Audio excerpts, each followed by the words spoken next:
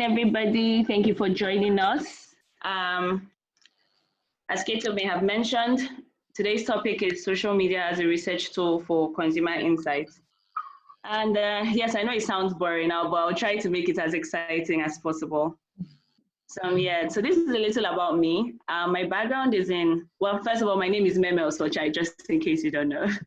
And my background is in computer science and informatics. I've worked in digital advertising and marketing for 4 years, and I spent the last 2 years in research, working as a digital lead for qualitative research at Ipsos.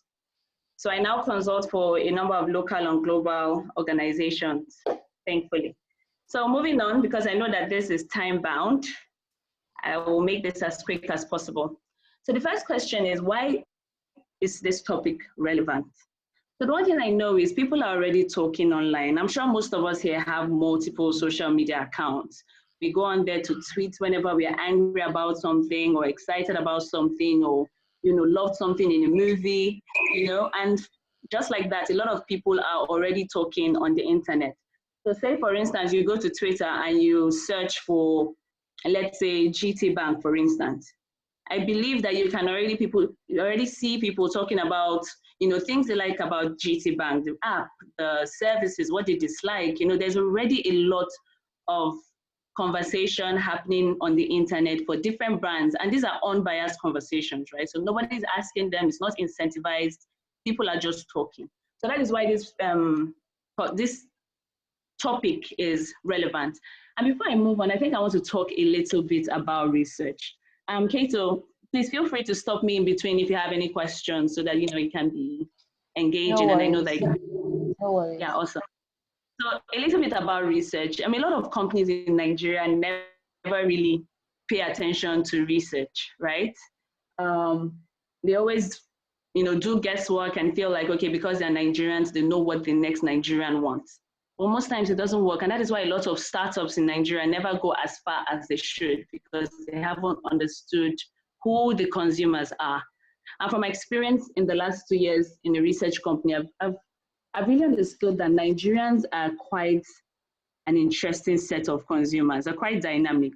So what you would expect from a Lagos consumer is completely different from what you expect from someone in Kano or Abuja or up north, for instance. Do you get? So that is why research is very important. If you're starting a product, if you're starting a business, if you're starting a new service, it's important to understand who your consumers are, who you're targeting, what their interests are, what they like, what they dislike. And that's a little bit on research, even though that's not the focus of today. I just felt I needed to give that background. So before I go on, this is another reason why social media is important today for research. As of January 2020, we already had about 27 million active social media users, which is quite a number. This number increased from last year, April 2019, by 3.4 million. So as of April 2019, I think we had about 24 million, 22 point something million. And now we have 27 million active social media users. That's about 13% penetration in Nigeria as of January. So think about that growth and think about the pandemic right now and how many people must have joined social media, how many engagements are happening on social media. So all these conversations are happening online, Twitter, Instagram, under your business page, in the comment section. And so all that conversation and all these numbers is the reason why it's important to start looking at social media as a place to gather data. And one of the things I've noticed is that mobile is one of the key drivers for social media adoption across Nigeria. So for instance, now, as of January again, we had 169.2 million mobile connected devices in Nigeria. So mobile, and with this increase, people are always going to join social media. So the more I can see your face, Mr. Babatunde. I don't know if that's intentional. I don't know if you want to turn off your camera, it's a bit distracting. Anyway, as mobile penetration increases in Nigeria, social media engagement is going to be on the rise. So that is the key reason why people need to start paying attention to social media as a tool for collecting data for research. So I'll run through some of the current research methodologies that are on ground today. So when businesses and big corporate organizations want to understand who their consumers are, most times they go ahead to do like focus groups, personal interviews, observations, which are sometimes called ethnography, polls and surveys, product testing with diary. There's a whole lot of traditional methodologies on now.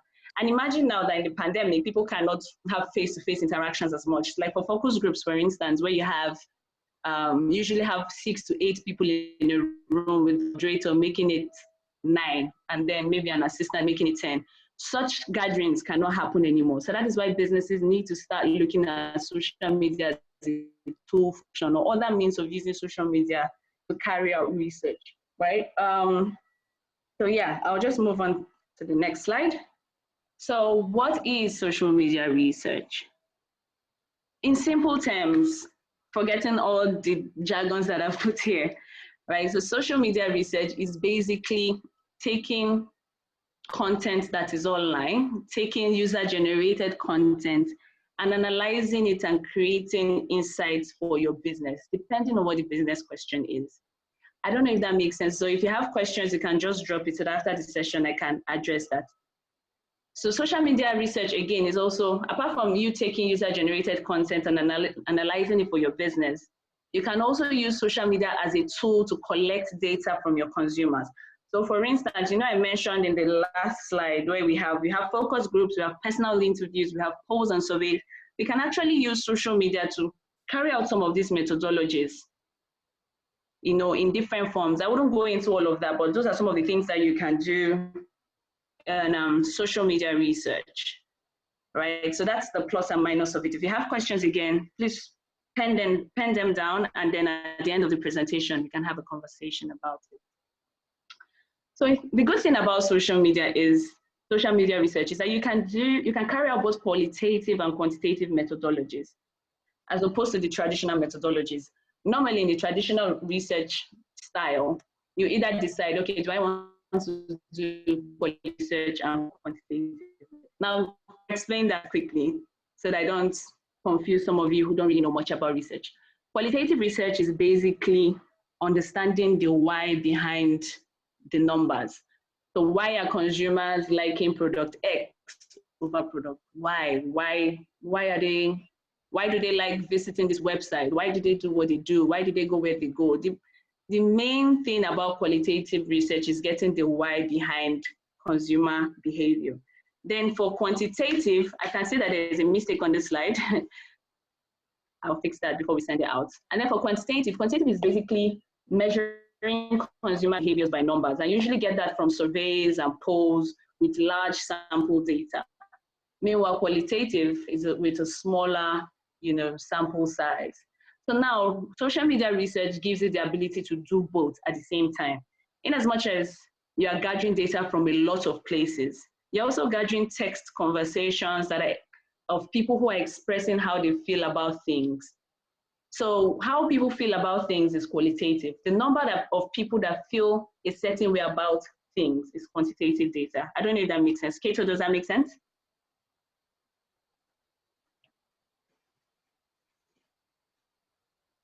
Okay, I think I'll go on. So another question is, how can sorry. So from what I've gathered,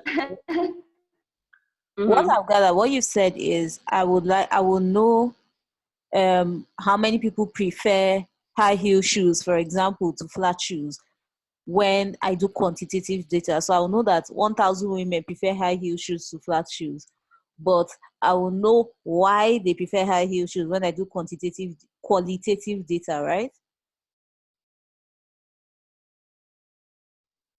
Yes, I was muted. Yes, that's exactly correct. Okay, so the number of people. So the question now is, why do I need to know why they like? How does that affect my business in real life examples? Like, I know a number of people prefer one thing to another. Why is it important that I know the quantity, and why is it important that I know the quality? The quality. Yes. Okay, awesome question. So I'll use the example that you used, high heel shoes and flat shoes. So let's say I'm in the business of selling flat shoes, and I begin to see that nobody's really buying my flat shoes, right? And then the quantitative data tells me that 1,000 people out of 1,200 people prefer high heels. So it's important for me to know why they prefer it and what I can do differently to stand out in the market. Do you understand? So it's from the why, from understanding what the consumers prefer in high heel shoes. That will make me understand why I need to create high heel shoes, or if I need to adopt some of the things that high heel shoes have into my flat shoes. Did I answer that for you? Yeah, that makes a lot of questions. So it drives, so research drives business decisions. It drives business decisions. It helps with ideas. Yeah. Okay, so I can now use the research I find to decide whether I should change my positioning with my flat shoes, or exactly that I found out to just decide to start selling high shoes, or I can use it based on what I find out from my insight. I use it to drive business decisions. Right. Okay. Exactly. Thank you.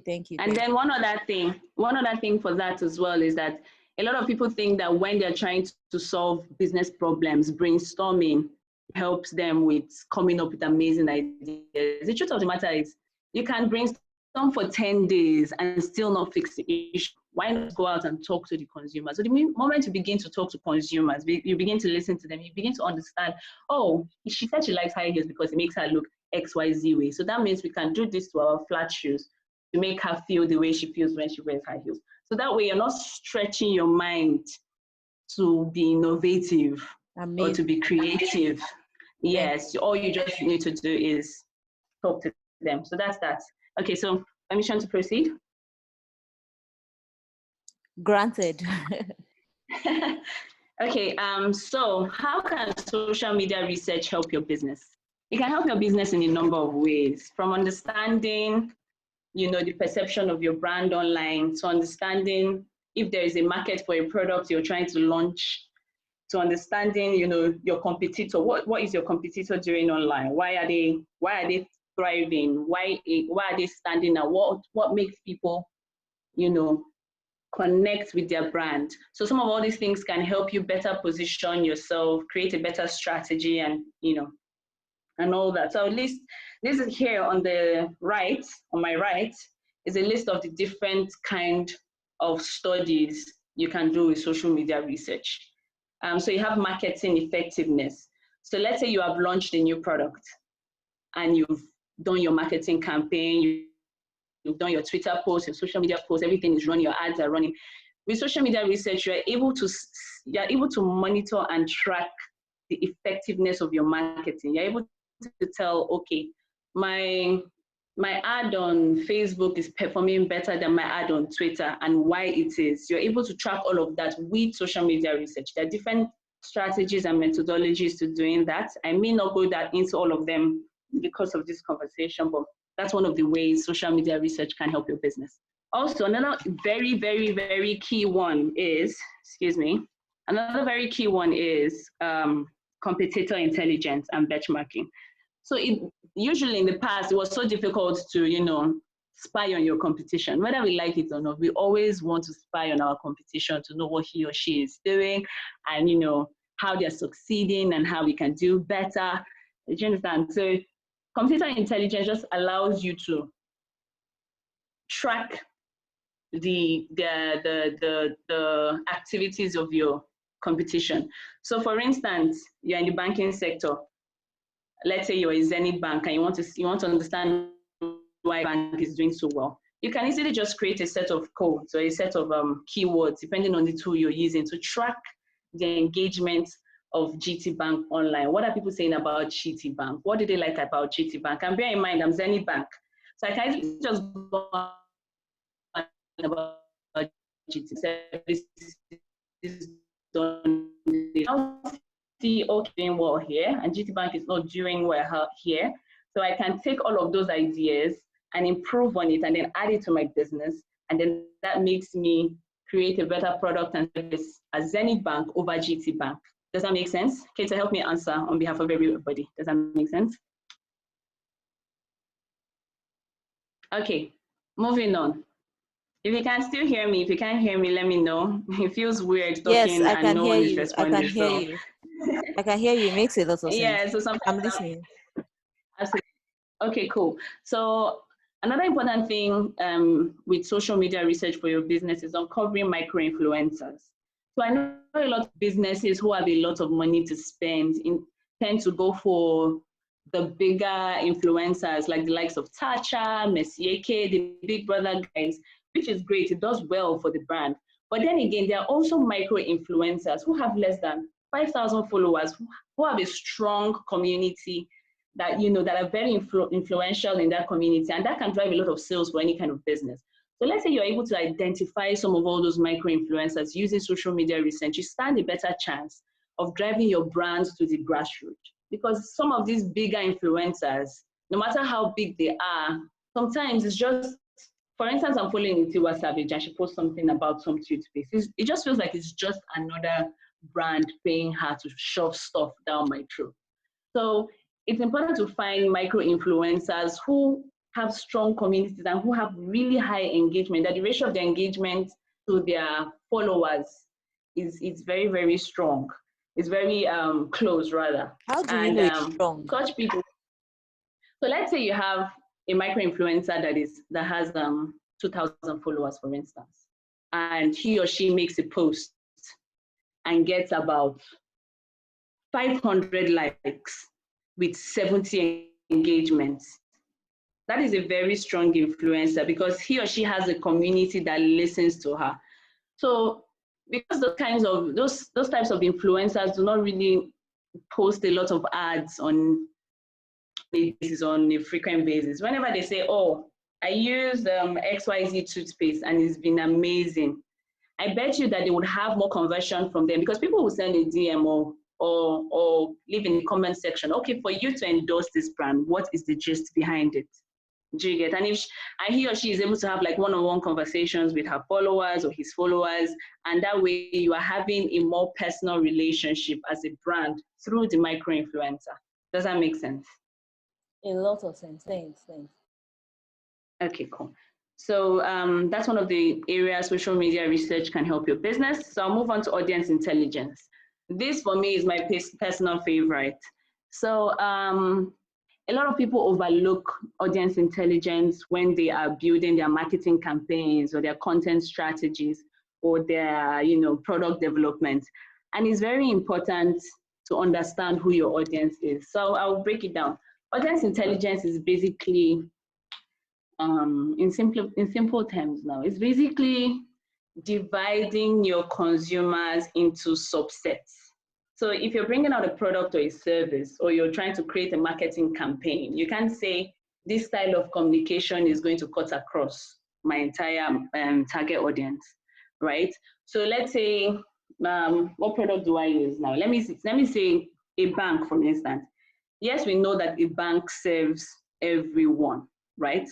But the style of communication you will use for someone who saves 5,000 naira is not the style of conversation you will use for someone who saves 1 million naira. They are not thinking on the same level. Did you get? So audience intelligence basically helps you to understand who your consumers are and create them into persona profile, into different profiles. So you can say, for this marketing campaign, I have 3 profiles. Profile A, age 18 to 35, saves 5,000 to 35,000, lives here, likes this social media page, follows Thatcher, follows Messi, follows this.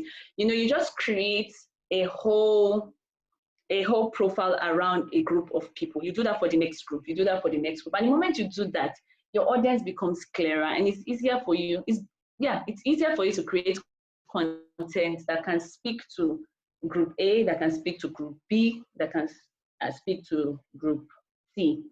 So the content strategy for group A that saves 5,000 to 35,000 will be different from the content strategy from group B that saves 50,000 to 100,000. Will be different from the content strategy for group C that saves 1 million and above, so that you're communicating to everybody and you don't miss anybody along the line. That is basically what audience intelligence is. And the good thing about social media is most of our consumers are online. So we can easily just go using different tools or even doing it manually, depending on the size of your current followers, you can easily understand and say, okay, let's take a Jessica Jones as our ideal profile. Who does she follow? What kind of pages does she like? What kind of content does she like? What kind of content does she post? What does she tweet about? All those things can tell you about your audience, and you can build a rich profile, and you can say, okay, Jessica likes motivational quotes. That means every Monday or Tuesday, I should post something on my brand page that will motivate Jessica to, do whatever it is that motivates her. And then she sees my brand as a brand that understands her. She follows me, and then she's more interested to know what it is that I am selling to her. Does that make sense? Any question on that, Kate? So let me ask something for the house here. Let's say I've understood who she is. How can I translate that into so the post I'm putting up is the creative, right? Something that she's going to see. So maybe a design banner. So how do I take the intelligence and make it a banner? Like, let's just give an example. You could use the high heel thing again. I don't know, but like an example of from research to making Jessica Jones behave as I would like her to. Okay, so the key thing now for this audience intelligence bit is actually creating the profile. So for me, whenever I'm creating profiles, I like to create the subset like a human, like I use one individual to create a set.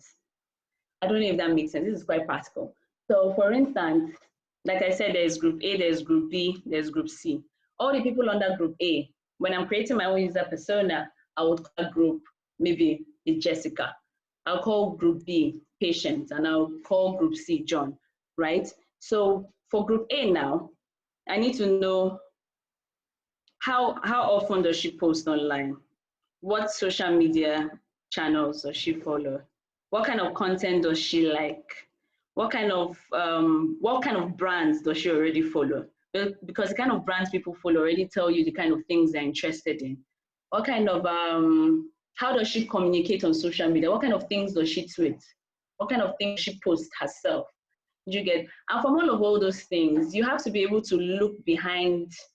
It requires some kind of analytical mind to say, okay, after writing all this down, how do I as a brand use this? So if Jessica is someone who likes to tweet about, what example do I use now? If Jessica is someone who likes to tweet about movies, for instance, I as a brand, I can take that and maybe do something, create a content around movies and still use that to sell my brand or my business. I don't know if I was able to answer that question. Yes, so that's a very good example. Thank you. Yeah, so the key is to building the profile in detail, listing out everything of every aspect. Maybe at the end of the day, I should send templates. I didn't add that here. I didn't think that would be important. I can always send a template to you, then you can send to everyone listening. The key is basically to have, yes, okay. So the key is basically to have a full, all-round characteristic definition of who Jessica is. When you're able to find all of that from the internet, when you're able to list everything out, then you can now think of the communication style to create around Jessica's personality. Yeah, so I think that makes sense. Moving on. Yes, please. Thank you. Yeah, so I think we're running out of time. So I'm just going to skim through the other three and move on. So some other ways social media research can help your business is to measure your social share of voice, to measure your brand health, to check out your product reviews, to also check out, your to get category insight, like find white spaces. What is missing in my category? So let's say I'm selling tissue paper, for instance. If you're able to gather conversation online about tissue paper across social media platforms, you're able to really understand what already exists in the market, what people are looking out for, what does not exist, and how can I step in, right? That is also a powerful one, but then again, I really can't go into all of that because of time, so I'll just move on to the next slide. So, in all of this, the most important part is how can I use social media to collect data? So now, collecting data on social media is dependent on three factors, right? The types of the behavior that you're researching, the type of information you're trying to get, the There's a notification on my screen. I don't know what this is. Okay, of course that. And then also the type of platform which you're going to use as source material. So those are the factors that affect the type of data collection method you would use on social media. So some of the methods we can use are surveys on social media platforms. So for those of us who are IG experts, you would know that there are a lot of interesting features that Instagram has put up in terms of, especially in the stories bit, where you can, have like polls where you can ask yes or no questions, you can compare things, you can get statistics. It's very, very interesting. It's an overlooked feature on Instagram, but it's very, very useful for brands. Even Twitter too has a poll thing, but it's quite limited on Twitter. I think Instagram is more expansive.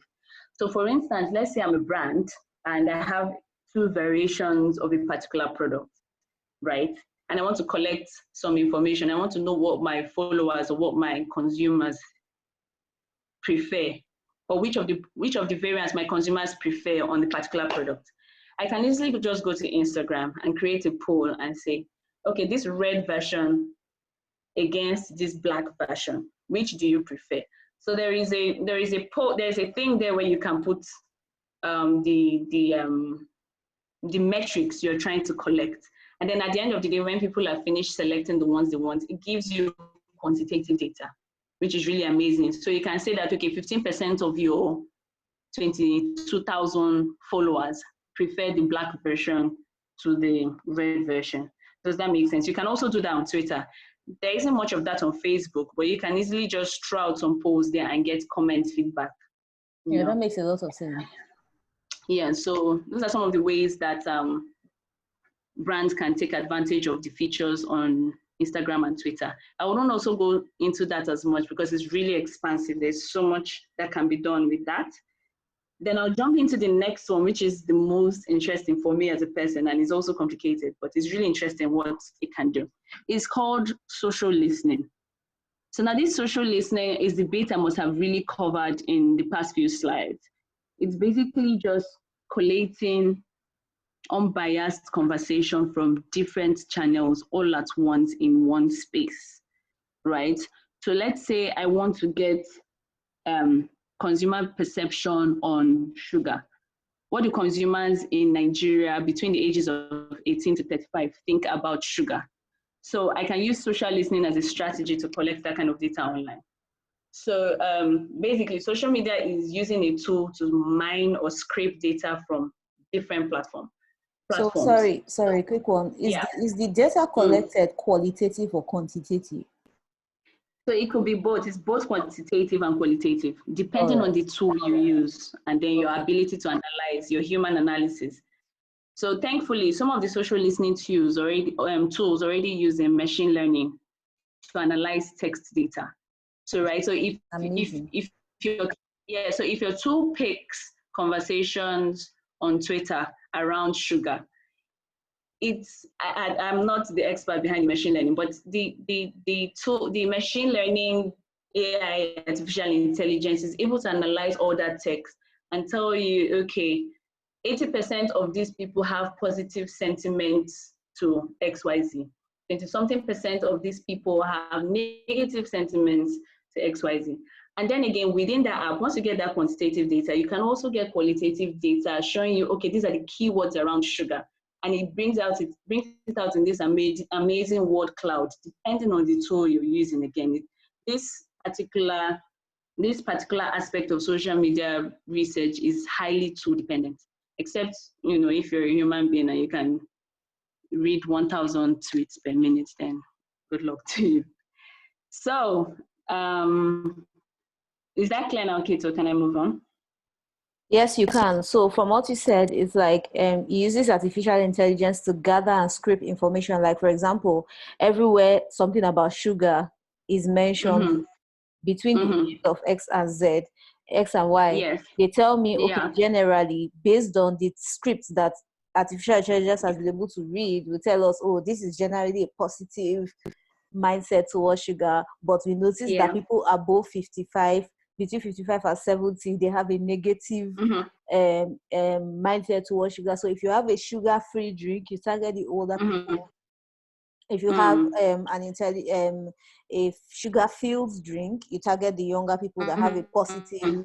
Yeah. Okay. So thank you. Yeah, absolutely. Yeah, that makes sense. And then again, the tools are very dependent on the kind of information you give it. So you have to be very clear on your research objectives so you can put in the right information and you say, okay, this is my tool. I want to research this. This is where I want to get the information. This is kind of information I want to get. You have to be very detailed, or else it would bring out rubbish for you. Garbage in, garbage out. That's how this tool is. Do you get? So I that's trust you give us correct. examples, right, of tools we can use. Ah, oh yes, yes, yes, yes. We'll get there now. Okay, so these are some of the questions you need to consider in advance when you're about to carry out a social media research, so that you can decide which of these media or whether social listening methodology, right? So you want to stand, do I want to market research on my brand health? Do I want to conduct market research on my product? Or is it the consumer behavior I'm trying to check? Or is it the customer service? Has my customer service been amazing? Or is it my competitors I'm trying to stop?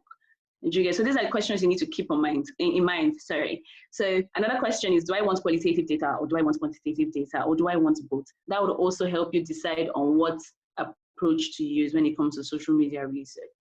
Then again, if so, what kind of measurements will help me define this? And what social media channels do I want to get this data from? Do I want to focus just on Twitter?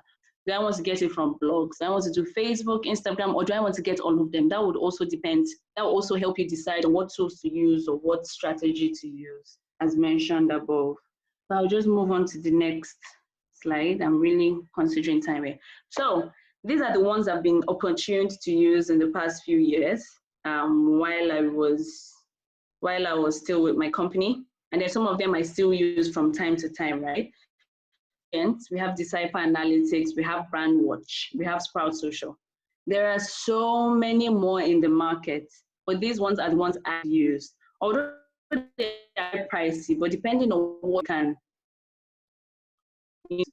And then again, you can always do a quick Google search to see the best social media research tools or social listening tools, and do like a price comparison and see if there are any free ones. But to be very honest, it's very, very difficult to get free social listening tools because this is still a new space. So it's not something they're giving out for free yet. I'm not sure why, but for now it's still quite pricey. Maybe the competition is not high enough for them to start, doing some kind of price wars. So these are the four. I don't need to call the names out. I'm sure you can see it. So, but then again, I put this thing down here. I said you need to keep in mind that these are just tools. Is key. You might have the tools, and then again, you can't use it for anything. You would have been able to gather all the data from anywhere. But if you don't have a clear strategy, and if you don't have the ability to draw insights from the data you have gathered, it would almost be useless. So you need to make sure that you have all of that in place before you go invest in this tool. Does that make sense? And then again, some of the other social monitoring tools that are quite popular can also be used, but then they may not have as the ability to do deep analysis like these ones that I have mentioned here. So those ones will require some human analysis, which still works if you have a strong, analytical person in your team, or if you have a strong researcher in your team. So that's that for the tools. So these are some of the advantages of social media for consumer research, right? Most important thing for me is the ability to get real-time insights. So unlike your traditional research where you have to first of all recruit people and then gather them in one place and then prepare your questionnaire and then ask them questions and then go back to the drawing board and analyze the data, it's such a stretch. The advantage of this one is you can easily just take your tool, do your analysis on the spot, and you can get your conversation, your data in minutes, in hours, depending on the size of data you're trying to mine. And then if you're even going to use some of the online surveys and polls available on the social media channels, in minutes, you're already seeing a pattern to the responses. So you can already draw your insights on the spot. That's one of the power of using social media for consumer research. Another advantage is you're able to do research on a large scale, without spending so much money. Because generally, why a lot of small scale businesses don't do research is because it's not cheap, it's expensive. And then some of the people who provide research services here in Nigeria are global organizations, the likes of Nelson, Ipsos, Kantar. And most small scale businesses cannot afford their services, right? So with this now and the expansion of digital, you're able to do it yourself, or you're able to hire an individual to do this for you at a large scale, like in large numbers. Because if you're doing traditional research methodologies, you can't afford to incentivize 2,000 people. You want to bring 2,000 people to give you insight on your products, but you need to pay them for their time and their feedback. So the advantage of this is you don't have to spend money on incentivizing people, and you can do it. You can do a large size with a smaller amount and get more data without spending so much time and money. Yeah, if I could chip in something small here, I would say as well that a lot of times researchers make the mistake of biasing the results. So people's personal biases can go in to lead people, even in surveys. You can ask questions in a way that leads people to answers that they believe you want them to give, even when you gather that is absolutely correct. Yeah. So, but because you're gathering from the internet, people that don't even know you're watching, they don't know you. Yeah, exactly. They don't know you. They owe you nothing. You're likely to get a more unbiased opinion. I just thought to add that. Aside the that makes so much sense. Yes. It's of higher quality, because the truth is, if you're using your traditional method and you're gathering people and you're telling them, okay, at the end of this study, I'm going to give you 5,000 naira. Nigerians will run for it, whether or not they know your product. And then they'll come there and give you nonsense feedback, and it's useless to you because they don't even know your product, or they don't even care, or they're just giving you great answers because you're going to give them 5,000 at the end of the interview or at the end of the focus group. Do you get? So that's exactly buttresses the point where you're saying unbiased conversation online. That makes absolute sense. Thank you. So yeah, another great thing about using social media for research is the ability to capture historical data. This is so important. What I didn't highlight it. This is so important because you can say, okay, I am GT Bank, for instance. I want to do I need to track the trends of my reviews online for the past 3 years. Social media research allows you to see all of that. So for instance, you want to know what people have been saying about GT Bank's app for the past 3 years. You can easily set your tool to mine data from now to the past 3 years. I mean, it depends on how much you pay though. But then again, you can easily do that. And that way you're able to track your trend. You're able to create like some kind of trend map to say, okay, 2 years ago, people liked this, and they disliked this. Now people like this and this. And that gives a lot of insights to, the way your consumers are evolving, the kind of things they have grown to like over time, the kind of things they have dropped over time. That is a very, very, very important bit of social media research, the ability to capture historical data. Yeah. And then, like I'd already mentioned in the past three, the first three advantages, you get results in real time from independent environments. So let's say you want to get from just Twitter, you are able to do that. If you want to get from just Instagram, you're able to do that. If you want to get from blogs or from just YouTube, you're able to manage and do that as you please independently. You don't have to mix and match. You're able to say, okay, I want to know what people on Twitter are saying. Is it the same thing as what people on Instagram are saying? Or is it different? That gives another level of insights that you may not necessarily get from traditional methods, right? So that's that for the advantages. So this is just a screenshot of an example of what,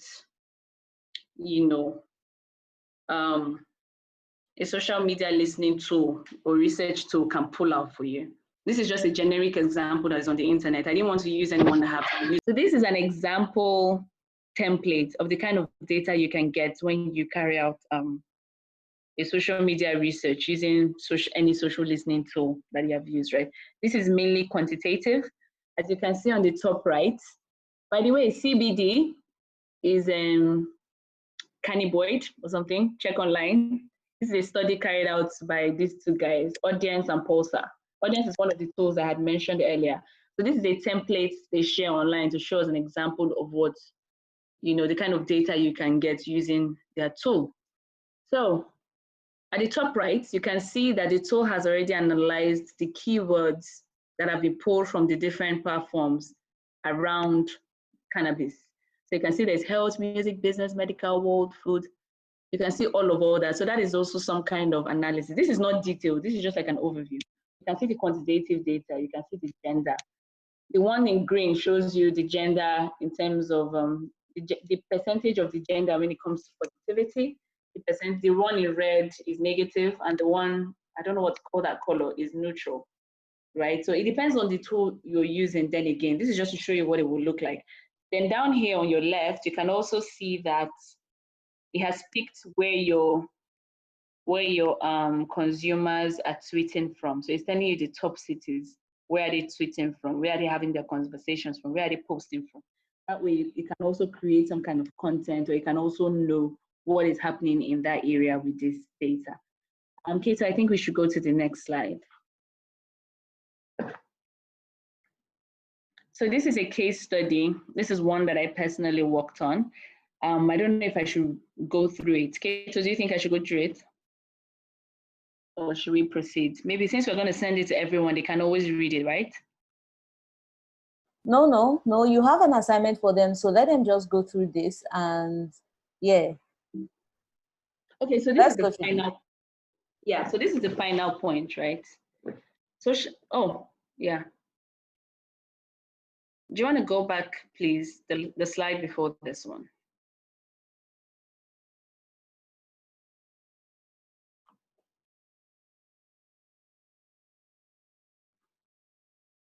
No, not this one.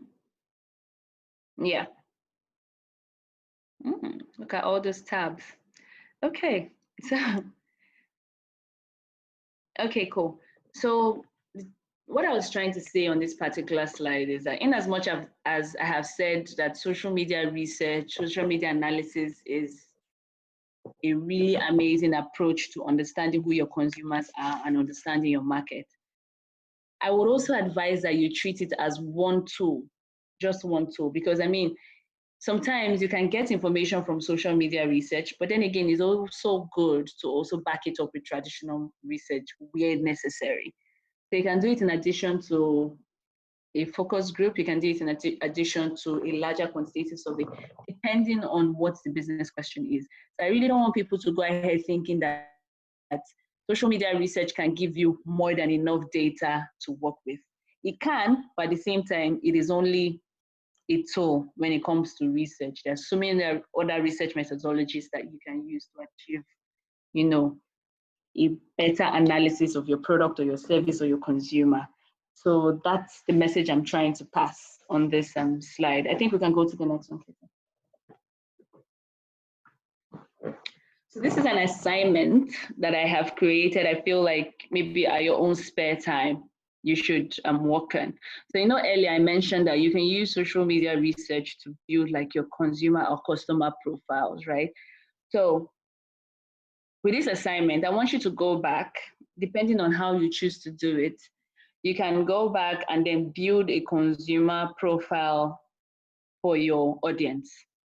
So you have to do some analysis, stalk some people that already follow your brand page. You can do that manually because I wouldn't advise you to go paying for a tool to be able to do this. But I mean, if you have the money to pay for a tool, that would be great too. But then you can go through your already existing followers on your brand page to be able to get all this information in the second bullet point. The types of accounts they engage with, the type of content they engage with, the brands they follow, the personalities they follow, their likes, their interests, and any other insights about them. So you break them down into 3 different persona profiles, right? That way you'll be able to create a better content for them or create. Right. Please give us example. Give us example. Like, what do you like? Okay.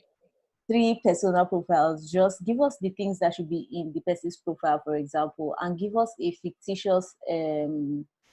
Or should we work on a fictitious business or on our actual businesses? What I think it makes sense to work on your actual business. Okay. So So like we mentioned earlier, maybe while we are sending this out, I can create like a template you send alongside this, a template of a user persona profile, so that they can use that to, just do like filling it in. Do you get what I mean?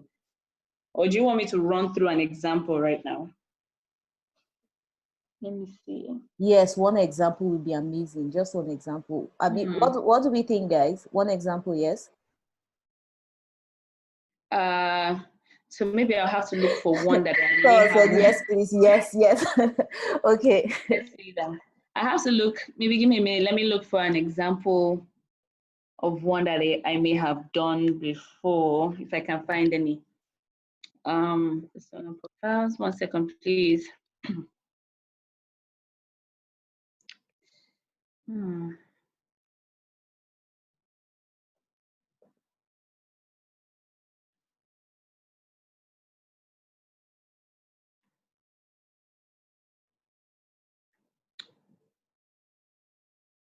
Okay. I think I've seen you something.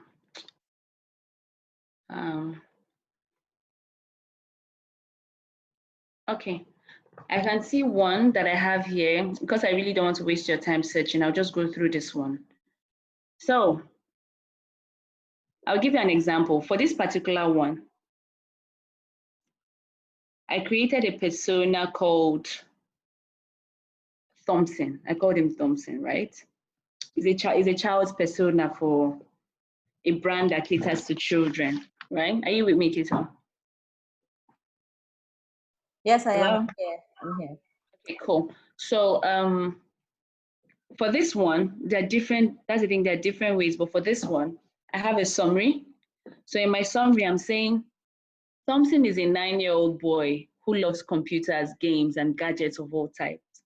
He's an entertainment enthusiast and an active gamer. Generally speaking, he loves to play, right? So that is a summary of who Thompson is. Do you understand? So when you've gathered your information, the first thing you need to do is to create a summary of who your persona is. I personally like to give my personas names, so that's why I've called this persona Thompson. It doesn't mean that this persona, there was a Thompson among the consumers that I understudied. I basically just gave it a collective name. I would have been getting information from children between the ages of 7 and 15, and I just did an average age and called Thompson a 9-year-old boy. Does that make sense? Yes, I see. Okay. So it's based on the research we do that we'll build the persona of Thompson or whoever it is applies to our personal businesses. So Businesses, yes. most of people that have businesses, right, that are that have several. Okay, so for example, a school. I know one of our listeners has a school, right? So a school should has the parents who they target and the children. So it's like they have two customers, right? Absolutely. So, yeah. So what is an example of what they should do? They should research on both the children, their needs, and the adult. So for the children alone, you can have like 3 personas from the children. From the parents alone, you can also have like another set of 3 personas, right? So let's say your school takes children between the ages of 6 and, is it primary school? Do you know, Kato? Is it primary school? Yeah, I think it's primary school. Yes. Okay. Okay. Primary school. So, yeah. okay, so let's say your school takes children between the ages of 6 and 10. You can split that into 2. You understudy the children between 6 and 8, and then 9 and 10 separately, because they're two different age groups. Someone who is 10 years old is closer to a teenage age. He's slightly more advanced than someone who is 6 years old, 7-year-old. Do you get? So the description of Thompson, who is 7 years old, is different from a description of Jessica, who is 10 years old. Do you get? They would have different characteristics.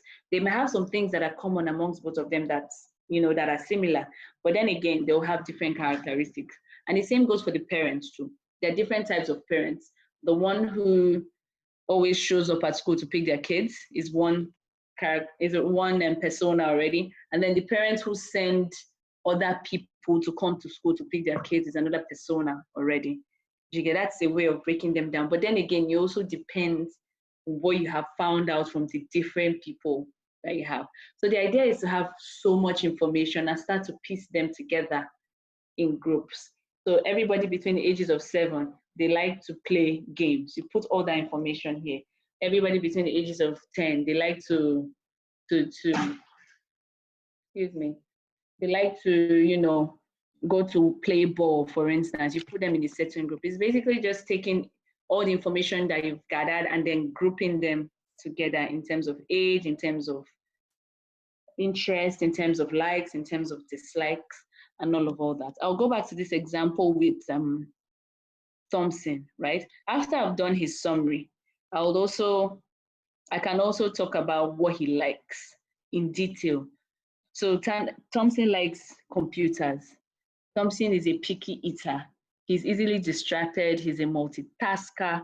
Did you get all those details are the kind of things you would see in a user profile, right? So let's assume that Thompson is on the internet. You say, okay, Thompson likes to follow gamers, likes to follow YouTubers who have gaming channels, things like that. So from all of that information, you can say, okay, if I want to target